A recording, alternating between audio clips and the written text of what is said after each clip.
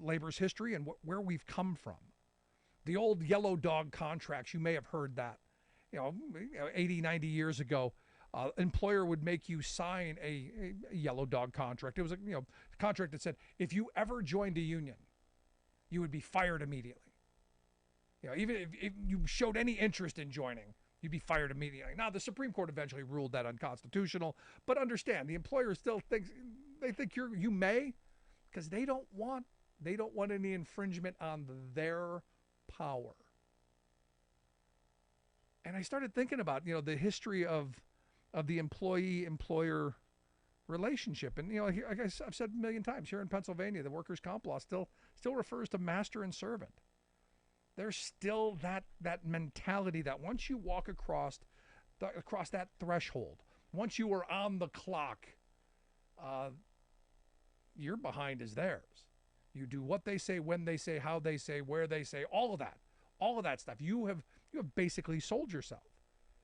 And I started thinking about forced arbitration clauses that are now the norm in every employment contract, in every employment situation. And again, most people don't even know they're signing this stuff. On the first day of work, they give you a whole bunch of things. Here, sign your life away. You want a job, don't you? Here, sign your life away. And people sign it without actually thinking about what kind of more power you're giving to these employers. And it got me coming back to this pendulum swing that we've been living through over the last 40 years. Dan, sent me an email just a few minutes before the show and said, hey, it's time to crush and reverse Reaganomics. I've been a union member in various unions, and I've lived through Reaganomics my entire life, and it sucks. Reagan totally screwed the unions and the middle class. Unfortunately, they named an interstate after that blank hole, which I have to drive on a lot. It really makes him mad. Different phrase. But here's the thing, that pendulum swing that Dan is talking about, this move from the FDR era of we want to encourage strong unions, we want to encourage high tax rates to ensure that that you don't have a handful of extraordinarily powerful people, and breaking up of conglomerates and competition and all of those things that built the most prosperous working class in history. Reagan tore all that stuff down. Neoliberalism destroyed all of that stuff. Supply side voodoo Reaganomics, all of it gone. And in its place, tax cuts for the very wealthy, tax cuts for big corporations, consolidation and monopolization. And look, Democrats were on board with this too. Clinton was a neoliberal right there. And I remember back in the 90s talking to some union friends, union leaders at the time, and railing against neoliberals. And, quietly they would go, hey, some of our friends are neoliberals. And you go, no, they're not our friends. They are ruining this country. They are destroying communities. They are taking jobs out of this. Free trade was a disaster. And the reason I bring this up is we're in a moment right now where we've got a guy in the White House who remembers that era. Now you can go, well, he voted for all that stuff, and he did. He was sold, he drank some of the Kool-Aid and went along with it. Now he's the guy. He's in charge. He's got the mantle. And look what he's been doing. Taking on China, reshoring manufacturing, investing in infrastructure, talking about increasing taxes, getting the rich to pay what they should be paying. And look, he's not even talking about where I'm at. I think we should be taxing billionaires out of existence. It is no good for our country. We should be breaking up big corporations. We should be encouraging competition. What capitalism was supposed to be. We're in a moment where that sainted Ronald Reagan and the views of supply side voodoo Reaganomics is finally, people are waking up and go, it didn't work. Nothing trickled down to the working class because our 1%, their insatiable appetite for more never ends.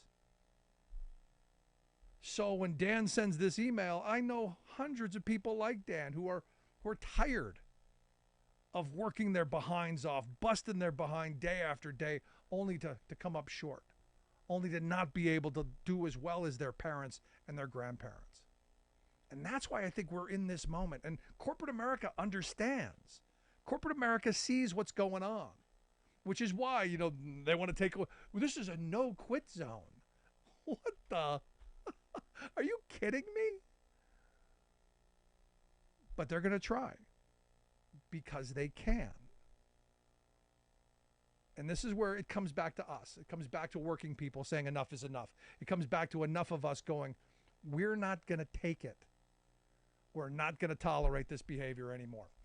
To me, it seems like it's about time. I want to hear your thoughts, though. Would you walk in and say, you know what? Would you go through that? It's a no-quit zone. You okay with that? I want to hear your thoughts. Email me, rick@thericksmithshow.com. Going to take a quick break. Right back after this. Stick around.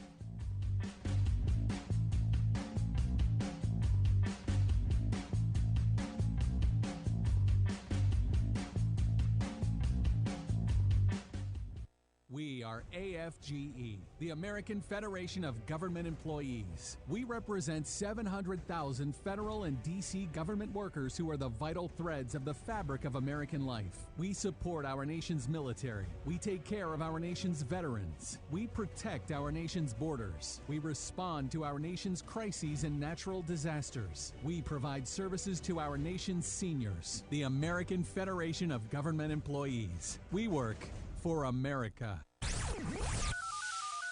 The phone lines are open. Give Rick a call at 1-866-416-RICK. That's 1-866-416-7425.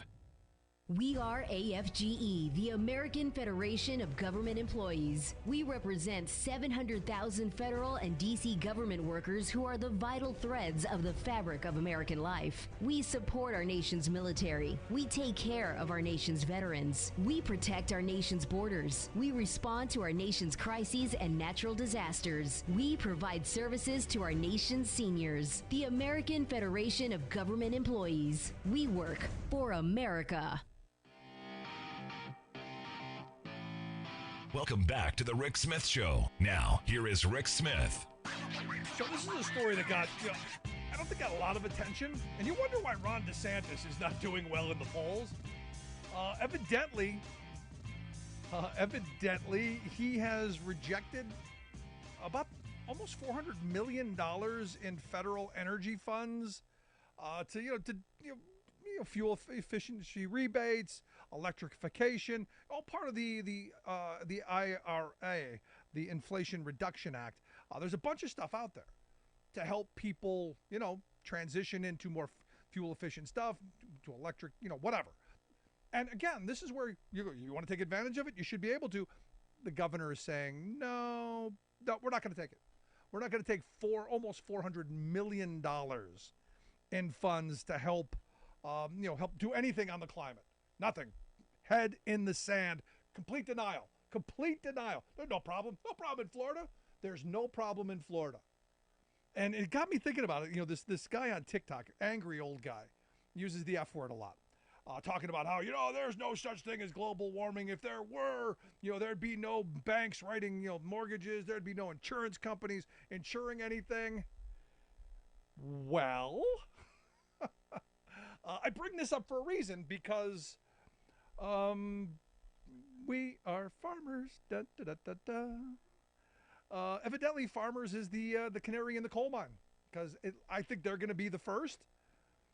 Understand, Florida is, when climate changes and Florida's underwater, they eventually will come begging for federal dollars. Even though they didn't take any federal dollars to help not let it happen, they will at some point. Now, what's interesting, before I get into farmers, Florida has home insurance rates that are like 3-4 times the national average. I saw one story said around $6,000 a year for homeowners insurance in Florida when the national average is about $1,700. I saw another story that said it was, somewhere around $4,300 when the national average is $1,500. Doesn't matter. Florida is paying incredibly high insurance rates. Now, what happens is most people can't afford it, so they're left out in the cold. They don't insure their homes, and when disaster comes through, they're looking with their hand out to the federal government. So California, Pennsylvania, New York, Michigan, all these states then kick in federal money that goes to these people who couldn't afford the insurance but still got wiped out anyway. So DeSantis, again, not taking the money to help do anything on the climate front, has done virtually nothing here. Well, that's not true. Not true. He's not that he's done virtually nothing. He's done quite a bit taking insurance industry money to stop any kind of homeowner revolt, homeowners suing insurance companies when they don't pay. It's money well spent. Now, the reason I brought up, we are farmers, da da da da da. The reason I brought them up, they're leaving Florida. They are no longer going to write new policies or renew existing homeowner, auto, and umbrella policies. It's going to affect about 100,000 people in Florida. And the Florida guy who oversees the insurance, the chief financial officer, he ain't happy. And he says that he's going to hold them accountable. And you go, wait a second, as long as they live out the term of their contract, and they end it within the law and all that, there's nothing you can do. It's called capitalism. Maybe you've heard of it. It's a contract. You signed it. You paid for a certain amount of time. That's what happens. That's how the game is played. And what Farmer is saying is, look, we're not losing money. And what I find interesting is, and I was thinking about this as my son and I are learning to ride motorcycles. If my son were to have multiple accidents, with speeding tickets, you name it, whatever could possibly happen, he would still be able to get insurance. Now, it might cost a lot of money, but he'd still be able to get it, even if it's one of those bottom feeder companies. This is what I expect to see in Florida at some point. The sad reality is they're not doing much. They're not doing much to not help the water rise and put Florida underwater. And my mind went to this part where maybe DeSantis needs to build a wall. Maybe DeSantis needs to build a big wall all around Florida. Or maybe we just need to build one right at the top of Florida and go, you know what, we're writing this off. Because blue states have got to at some point get tired of funding disaster after disaster when they're not even taking care of themselves. And insurance companies are going to leave in huge numbers, even though Florida is one of those states that has some of the most lax environments for insurance companies. In fact, as this report that I was reading pointed out, that DeSantis signed a piece of legislation that took away the ability of homeowners to recover attorney's fees when they had to sue insurance companies. Because how did it go? It went something along the lines of, these frivolous lawsuits, increase the cost of doing business in Florida. We can't have that because we want to be business friendly. Now, the weird thing is, and this is the other interesting thing. All of this stuff happened under DeSantis's watch. So what is it that made it balloon? Is it that climate change is finally doing a lot of things? Insurance companies are wising up because, again, he was sworn in 2019, and it's been this kind of explosion in homeowner insurance rates on his watch.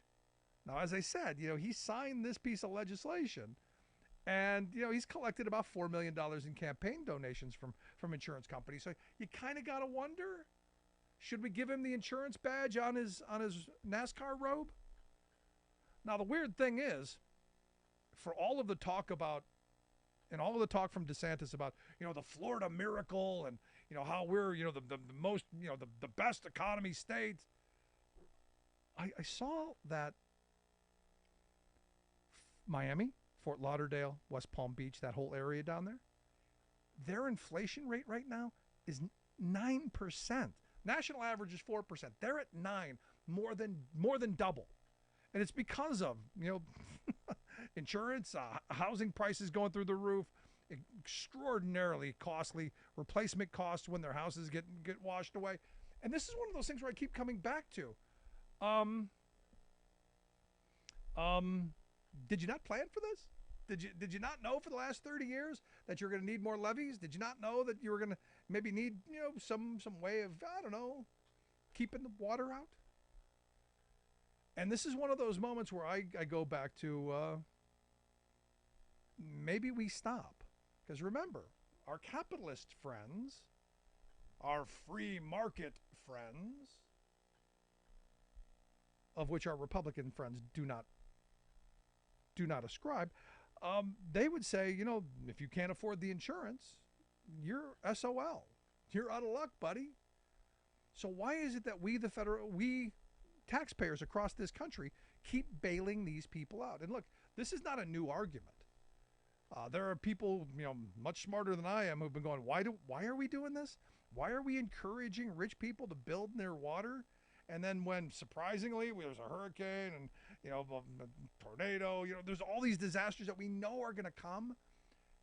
Why do we keep rebuilding in the exact same spot to only have it washed away again? Oh, that's right. Because they've got lobbyists and they've got money. Why is it we're using that money to rebuild these palatial estates along the coasts when we could be using that for education? We could be using that for healthcare. We could get them U-Hauls. We could get these people. I say there should be a program, free U-Hauls, for all the people living in Florida so they could gather the sheep and get the flock out. That seems reasonable to me. That seems rational. It's time to go. We're not going to do anything on climate change. We're not going to save the environment. We're not going to do anything for future generations. It's time to, save ourselves. I want to hear your thoughts. Email me, rick@thericksmithshow.com. Miss any portion of the program, make sure you grab the podcast. Where you find podcasts, you will find ours. We'll take a quick break. Right back. Stick around.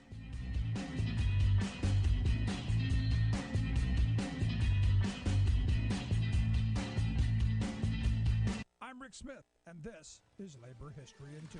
On this day in labor history, the year was 1937. The Little Steel Strike was beginning to collapse. Strikers in Massillon, Ohio had gathered that Sunday night at Union headquarters across from Republic Steel's Massillon Works. As Ahmed White describes in his book The Last Great Strike, the union had organized weekly festivities on Sunday nights, including food, live music, and dancing. For weeks, the Law and Order League had repeatedly demanded special police be deputized and armed to crush the strike. By early July, Ohio National Guardsmen ensured the forcible reopening of the mill. One self-appointed special deputy leader, Major Curley, decided tonight would be the night he was going to, quote, clean out that goddamned hall. He provocatively positioned his deputies in front of Union headquarters. First, he ordered his deputies to fire on picketers attempting to block the gate at shift change. When strikers hurled bottles and rocks in response, the deputies unleashed massive rounds of gunfire and tear gas for more than half an hour. Guardsmen, railroad, and company police joined in the anti-SWAC siege. 2 strikers were dead. Nick Valdos was shot in the hip as he attempted to aid wounded strikers. Fulgencio Calzera was shot in the back of the head in front of Union headquarters. Another 7 strikers were shot and seriously wounded. At least 4 more were hospitalized with injuries.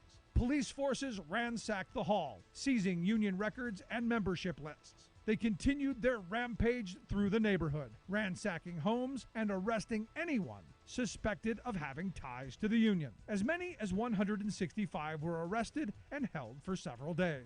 As White notes, the NLRB and the La Follette Commission both concluded that blame for the evening's violence lay with Republic. Labor History in 2 brought to you by the Illinois Labor History Society and The Rick Smith Show.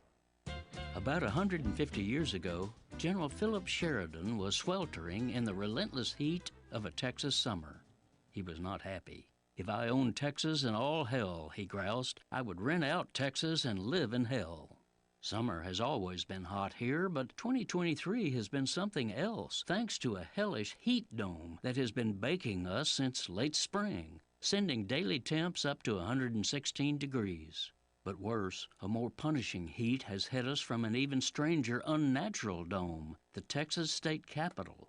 That's where our malicious governor, Greg Abbott, and his GOP majority of extremist right-wing lawmakers rigged the rules to make life easier and richer for corporate elites and much harder for working people. In this year's legislative session, they rammed a nasty piece of plutocratic meanness into law that critics dubbed Death Star. It annihilates the basic right of local officials and voters to govern their own cities and counties. In particular, it empowers autocratic state officials and even corporate executives to nullify decisions by localities to protect workers and others from corporate abuse. In a cruel case of bad timing, the first local law targeted for nullification by the Texas GOP is a humane requirement in Dallas and other cities that developers provide 10-minute water breaks for construction workers.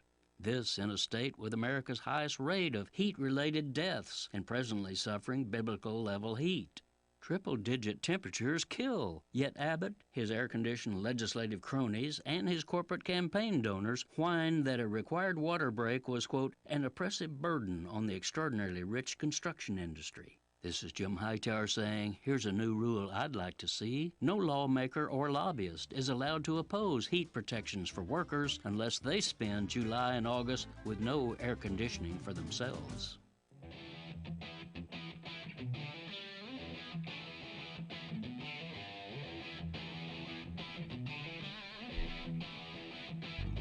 Welcome back to the Rick Smith Show. Now, here is Rick Smith. So it's Prime Day. That's right, Amazon Prime Day. You can get your cheap garbage delivered to your door in mind-blowing speed. And it's one of these things where you go, every Prime Day, I go, okay, this is great, fine. You're gonna sell stuff at a little bit cheaper to entice people to buy more. I get it. People need their fix of cheap stuff. Because it's what we've been sold for the last 40 years. Give up good wage jobs because, hey, you can still get cheap stuff. But what about the people who bring that cheap stuff? Again, coming out of the pandemic, we're talking about people who we said were heroes, they were essential, they were all those things. But what about those folks who, in this blazing July heat, are the ones out there making that cheap stuff show up on your door? It's not magic. It's not magic. Someone's got to do it. What kind of deal do they get? Here to share some thoughts on how that's going to work out. I've asked our good friend Randy Corrigan to come talk with us. Randy's the Secretary, Treasurer, and Principal Officer at Teamsters Local 1932. Their website, teamsters1932.org. Randy, thanks for taking time for us. Hey, Rick, always a pleasure to be on here, and especially on Prime Day. Isn't that amazing? So, Prime Day, magic stuff shows up on our door, cheap, it's amazing, it's great. Never mind those people who have to, drive in those trucks to bring it. What's going on today? Well, hundreds of thousands of workers are having to, labor themselves in very difficult situations. I think, as you pointed out, we're a very cheap product, and there's a cost to it. What's the cost? And what's the cost to the industry? What's the cost to these workers? What's the cost? What's the exchange here? You get a bunch of stuff for a little bit cheaper on Prime Day over a couple days, and then the system, fills up with all these orders, and people in the fulfillment centers and the sortation centers and the delivery stations all get flooded with a tremendous amount of work, who are being exploited at an incredibly challenging situations. And I don't think that the average customer realizes that Amazon delivery driver that's showing up at the doorstep is actually, according to Amazon, is not an employee of Amazon. Even though they have the uniform, they drive the vehicle, they're utilizing Amazon equipment, and the amount of control in which Amazon exerts over those workers and that workforce is a little bit mind-blowing when they say they're not ours, but we want them to look like ours, and then not even paying them a decent wage in the industry. We found in Palmdale that the Amazon doesn't even reimburse the DSPs for holiday pay. They tell them, yeah, give them these holidays, just 5 of them, and then they don't give them the ability to pay for the holiday pay. And so the contractors got to figure out how to pull that out if they want to pay holiday pay.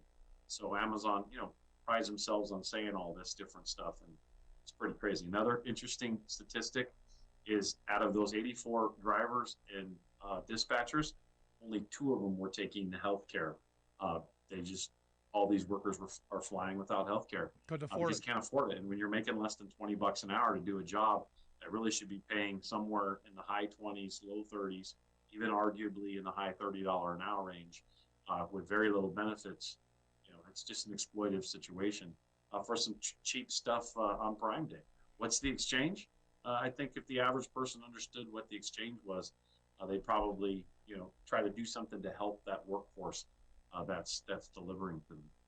Because I think everybody knows somebody who works in this industry. I know a couple people who work at Amazon, and we have conversations about the environment, the wages, all of this stuff. And look, they all want to do better. They all want better wages, hours, conditions. But our labor laws are so badly broken and antiquated that nobody that I've talked to believes that they've got an opportunity. They've got a shot. Now, look, I do see a lot of worker action going on, and that's a positive. But I think I would love to see more. Well, I think you're going to see more. You're seeing just over the last couple of weeks, you've seen extension of pickets out of Southern California. The Palmdale group has landed in other parts of California. It's landed in New Jersey. It's landed in Boston. It's landed in Connecticut. And I'm hearing that there's probably more to come. And it goes to show it. And then what's incredible to watch, Rick, is these workers from Palmdale leading a picket line, in another state or, in another city. And when they're talking to volunteers or other workers in the industry or the Amazon workers in a facility or the drivers that are delivering product, the common carriers that are coming in and delivering, you're seeing them get off the truck and grab a sign and walk the line with them. And it's because these workers are very articulate. They are very passionate about their position, and they're getting other workers to join them in this direct action in the industry, which is much needed. It is something that we really need to do more of. More workers need to do more of. And Rick, it is beautiful to watch, like Jesse, seeing him stand there and talk to 100 people that, they're UPSers or they come from grocery or they come from other parts, of the industry and, and other Amazon workers, just explaining what they're fighting for, what they're doing, what they're trying to accomplish, and just seeing workers come together and say, we're going to join you in this and walking off the job is incredibly powerful to watch. No, I mean, we're in an important moment. I mean, especially coming out of the pandemic, when, as I said to earlier, when these people were called heroes and essential and all of these things, and they got us through the pandemic only to find out that they're not making, ends meet. They're not getting health insurance. Don't have health or retirement security, and the conditions that they labor under, deplorable. And in this day and age, it shouldn't be this way, especially when you're talking about a company as wildly profitable as Amazon. Well, I think you're right. And I think one of the things you pointed out earlier is that the average person goes to work and sees the behemoth and the size in which Amazon is, and then they kind of start to think it's impossible to take this on. But we see cities are rejecting them. We see municipalities are rejecting Amazon and their business model. We see workers are rejecting their business model. Obviously, you see all this activity and this labor dispute that's happening coming out of 396 and Palmdale is directly at Amazon. It's not the subcontractor, because Amazon really appears to be the employer here with the amount of control that they have. Yeah. And what's happening is these workers are starting to connect to others, and they're starting to recognize, maybe we can do something about this. Amazon wants it to I guess, corporate America and their beating down of the law that protects workers under the National Labor Relations Act. The National Labor Relations Act, you and I have talked about this before, it didn't happen until workers themselves took direct action and kind of shut down and really took control of certain industries and parts of industries. And then the Wagner Act was a peace agreement to settle that down. And at the end of the day, we got to kind of get back there again, because it doesn't appear as if any policymakers are going to help deal with this. Yeah, there's no benevolence here. You're listening to the Rick Smith Show. We're with Randy Corrigan. Randy's the Secretary Treasurer, Principal Officer at Teamsters Local 1932. Teamsters1932.org is their website if you want to get any information on the work that they're doing, especially around Amazon. Because this is one of those moments where, I'm hearing this and I'm seeing some of this, what I'm actually seeing is corporate America trying to push back on it because they know they've rigged the courts, they've rigged our politics, they've rigged the laws. Everything, the pendulum has swung to their side. The one thing they don't have is the empowerment piece of working people coming together. But I saw this sign, and I got to get your thought on this. And I saw this sign on the internet. It's supposedly the big giant M, the Golden Arch place. They're all over the place. Evidently, they posted a sign that said, "We value you, your growth, your contributions. This is a no-quit restaurant because we feel that many situations can be resolved. It is the policy of this restaurant that an employee cannot quit until he or she talks to the restaurant manager or area supervisor." And I'm going, the only power workers really have is to fold their arms and march their feet. And they now want to take part of that away, and they have taken it away in other places. I see this getting much worse, but I want to get your thought on this. Look, man, I think what it does is it identifies, the origins of corporate America's problem in the United States going back to 1776. The reality is you have a huge corporation trying to take away someone's right to quit. Like, is that crazy? That is slavery. Like, let's open the door on that discussion. Go back to 1776 and recognize the fact that this country was formed based on a protest, but what they left out was the fact that you could own your labor, and they thought that that was okay for a long period of time. And the industrialists and the landowners and all the super wealthy at the time just, oh no, this is okay. It's okay to do that. And you know what? The rules still haven't corrected themselves in America. They have still not worked themselves off of that original foundation from the founding fathers that most people want to prop up. And hey, look, they did some good things. They also did some bad things, and some bad things were that you owned labor. All laws were built around the fact that you could own labor, and that has carried on generation after generation after generation, and you see it reemerging right there. Oh, let's take away someone's right to quit.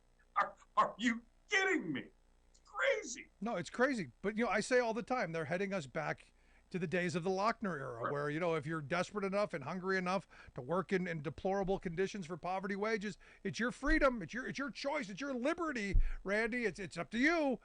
Even though we both know that, what choice do you have in a lot of these? I've been bringing up the fact that, these forced arbitration clauses that people are forced to sign. Did you have a choice? No. If you didn't sign it, you didn't get the job. That's how they got you. These are the new yellow dog contracts of the past. Yeah, well, we can definitely beat this horse, pretty hard over and over again. The reality is until workers take direct action and take control, that's where the shift's going to happen.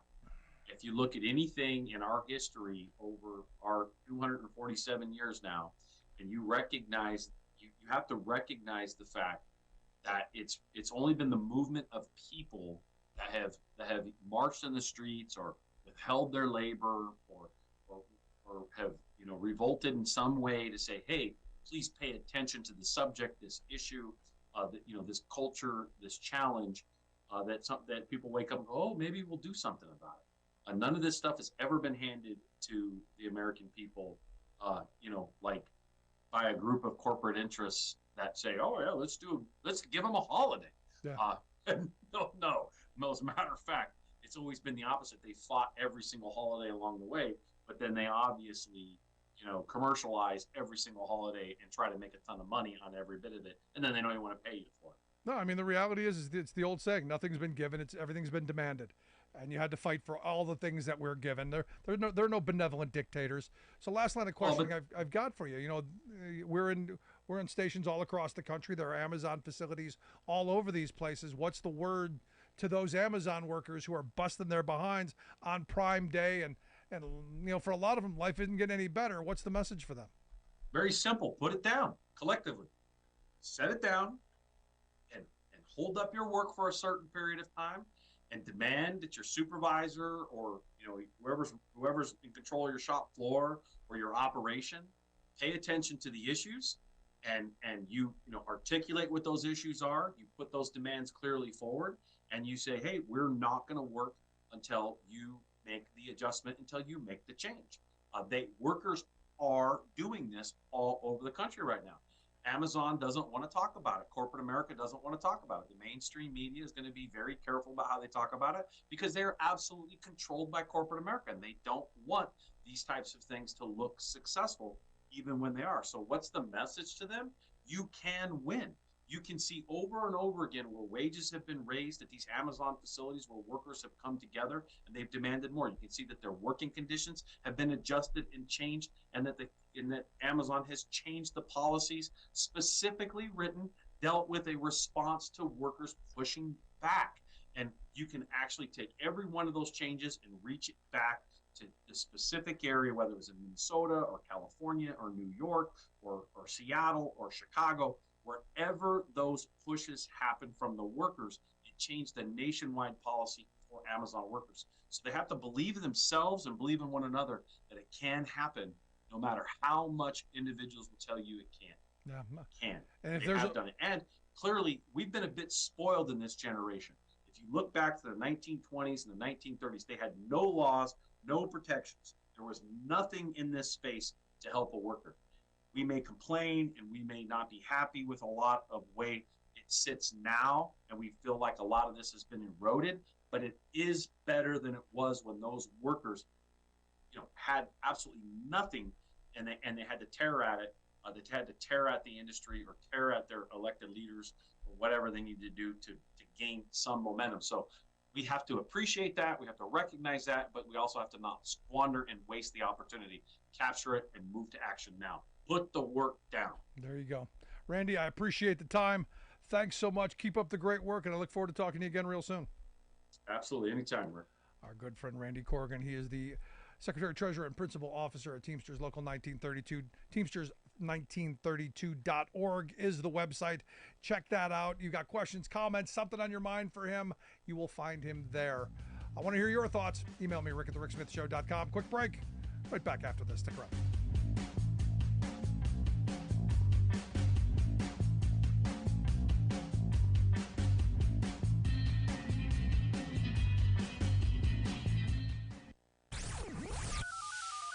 The phone lines are open. Give Rick a call at 1-866-416-RICK. That's 1-866-416-7425. I'm Rick Smith, and this is Labor History in 2. On this day in labor history, the year was 1968. That was the day that the American Indian movement began at a meeting in Minneapolis, Minnesota. A group of 200 Native Americans gathered together to discuss a response to the U.S. government's history of broken treaties and the devastating consequences on Native peoples. The statistics of unyielding poverty and high unemployment in Native communities were staggering. By 1970, 40% of the Native population lived in poverty. The unemployment rate was 10 times the national average. Life expectancy was only 44 years old. In the early 1970s, activists staged a series of occupations at Alcatraz, Wounded Knee, and at Mount Rushmore. Mount Rushmore is built on a site in the Black Hills that is sacred to the Oceti-Sakowin, or the Great Sioux Nation. The United States government promised native rights to the land in a treaty that was broken when gold was discovered. In 1972, activists staged a Trail of Broken Treaties caravan, which ended in a 6-day occupation of the Bureau of Indian Affairs offices in Washington, D.C. They issued a statement that read, quote, "We seek a new American majority, a majority that is not content merely to confirm itself by superiority of numbers, but which conscience is committed toward prevailing upon the public will in ceasing wrongs and doing right." Beginning in the 1970s, the United States government began to respond to Native people's demands. A series of federal acts gave Native communities more control over their education and improving their health care. Lawsuits brought by tribes resulted in further economic autonomy. Yet by 2014, 1 in 4 Native people still lived in poverty. Labor History in 2 brought to you by the Illinois Labor History Society and The Rick Smith Show.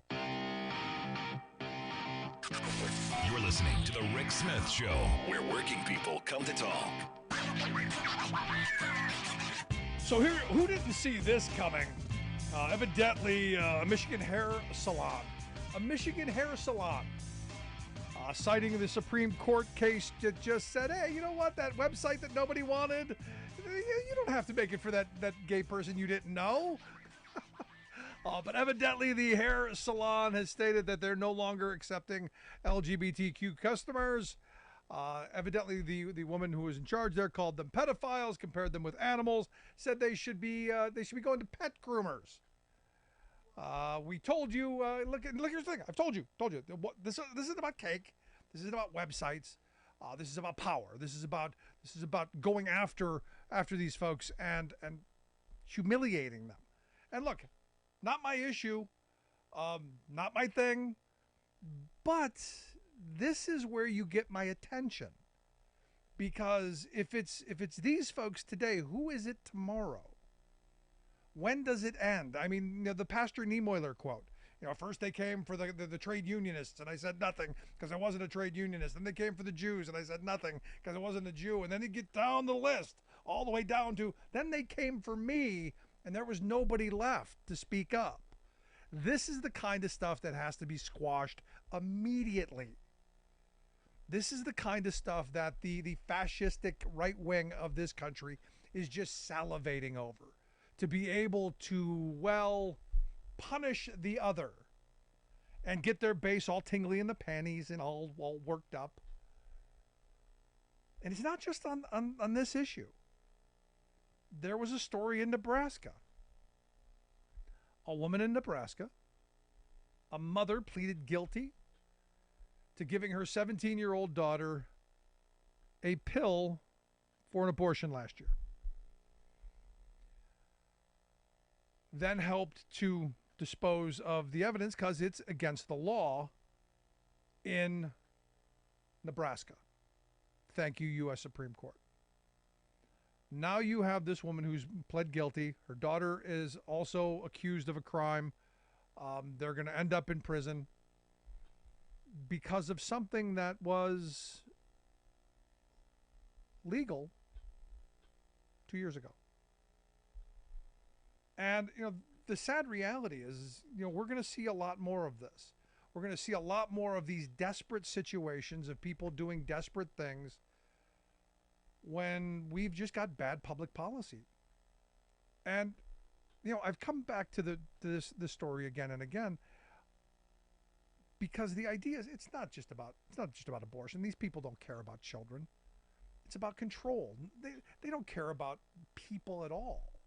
It's about power and control. Because here's the thing, if they really cared, if they really loved the children, if they really wanted the babies, other than for just cheap labor. I still remember Tom DeLay going, if abortion was illegal, we'd have those 40 million workers and we wouldn't need those people from Mexico because we'd have tons of domestically grown cheap labor. But come with me if you will on this, because if our pro-life folks really were pro-life, if they really, honestly, if they really cared, if they really to their core, their sincerely held religious beliefs, they would have opened that book that they claim that they love so much, and they would have found a guy that they claim to love a lot talking about feeding the hungry and taking care of the sick and the poor and the downtrodden. You would have seen policy coming out of states to ensure, school lunch programs, school breakfast programs. You would see, maybe programs to help, low-income families, get the health care that they need so that they can thrive. Maybe you would see, education funding that would help, families do better. Maybe you would see these policies, work themselves out. Maybe you'd see this stuff being proposed. But what do I see? I'm looking at Iowa. I'm looking at Iowa and 15 other states who are trying to destroy child labor laws. We want to go back 100 years. Put the kids back in the mines and in the slaughterhouses. They got small hands, small bodies. They can fit in those tight spaces. It's really quite remarkable of what we've allowed to happen. And it's because the loud minority has continued to push this divisive stuff. Look, are there things that I don't agree with every group? Yeah. But life, liberty, pursuit of happiness is like it's like the North Star. And these people don't believe, well, they do. They believe in their happiness. And their happiness is telling you you're wrong. And that you need adjustment. That you need to take care of yourself. So when I see these stories, and again, these are predictable. We knew this years ago. When Trump took office, we knew this stuff was coming. So when we see it happen, you go, here it is. Now you have to decide which side are you on. The classic labor frame. Which side? Which side of history will you be found on? This is the interesting thing. Most of the people that I know when I bring up CTE, that theory about race that's critical, that thing. One of the arguments that I get them to make eventually as we play through the song and dance that you have to get through is, well, their family, their tree, their lineage, their heritage is on the wrong side of history. And I believe mine was too. Here's the thing. I'm not them.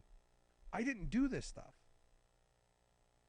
We should correct it, make sure it never happens again, learn history so that we don't make the same mistakes, so that we are on the right side of history. That when our children look back at us and go, you know what? They did the right thing. And I'm looking at where we are right now, and we're not doing the right thing. Just not. And I'm hoping the silent majority, I'm hoping the people who have sat out of elections, I'm hoping the people who've thrown up their hands and go, yeah, they're all the same. I'm hoping they come out to vote in 2024 in big numbers, because they're not all the same. Our Republican friends, they want power and control, and more than I'm willing to give them. I want to hear your thoughts. Email me, rick@thericksmithshow.com.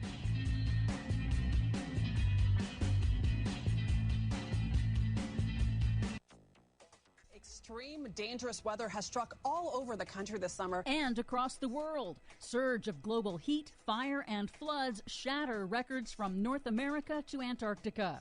Extreme heat in Europe killed at least 61,000 people last year. Plus, we have not seen rainfall like this since Irene, and in some places it will surpass even that.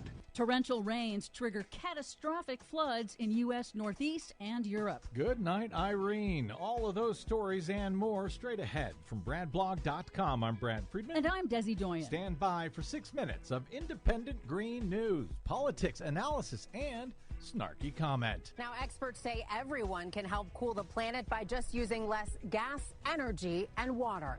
Adriana? Great advice.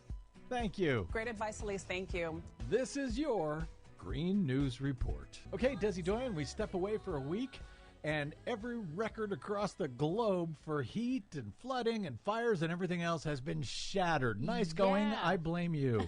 Yes, please do. Okay. Might as well. Extreme weather disasters struck across the world, and the planet saw the hottest global temperatures in